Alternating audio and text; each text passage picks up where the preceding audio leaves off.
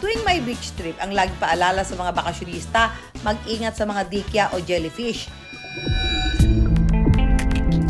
Kapag nadikit ka kasi sa jellyfish, nako, katakot-takot na kirot ang aabutin mo.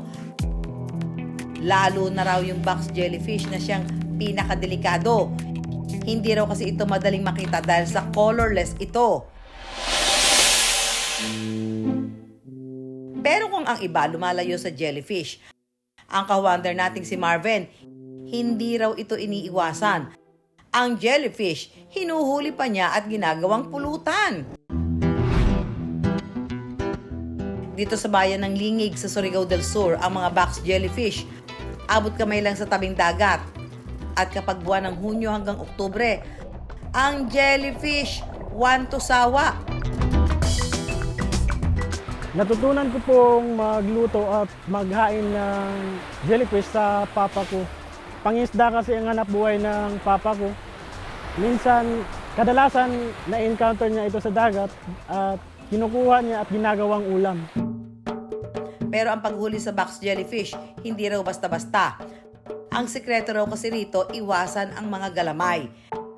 Nandito raw kasi ang nematosis na siyang nakalalason sa mga tao.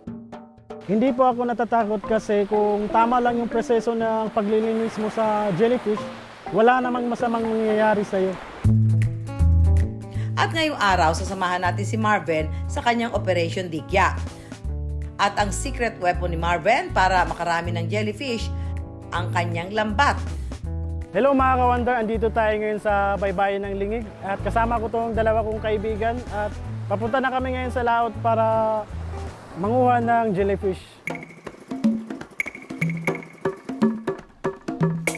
Kapag nakuha na ang jellyfish, hahawakan ito sa ulo at maingat na tatanggalin ang mga galamay nito.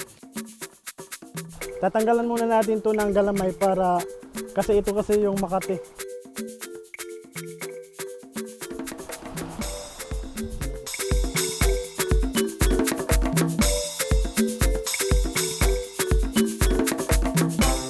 Ito na po yung mga nahuli naming jellyfish at iuwi na namin to para gawing kinilaw.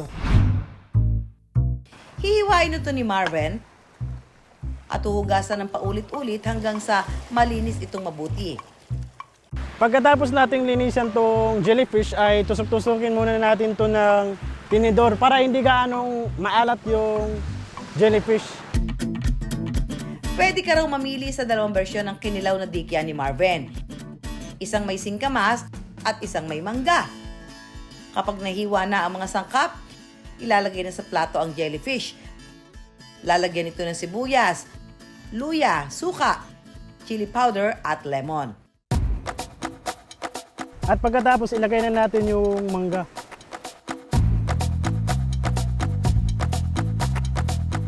Tikman na ang kinilaw na box jellyfish.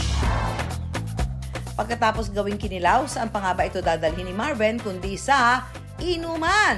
Salamat, Dol. May pulutan na kami, Dol. Tayo. Ang lasa niya, parang gulaman na medyo maalat at saka bumabagay sa sangkap.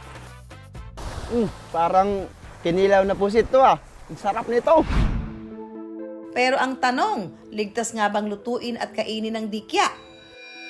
Sa box jellyfish natin, maraming parte sa Asia, particularly sa Philippines, saka sa China, na kumakain talaga ng jellyfish.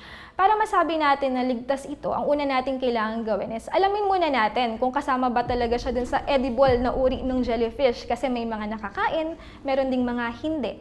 Importante na tama yung proseso ng paghuhugas sa kanya at pagpe-prepare sa kanya, pati pagluluto. Kasi kung hindi mo siya nahugasang mabuti, pwedeng maiwan doon yung mga toxin at yung mga food pathogens na pwedeng maging sanhi ng food poisoning.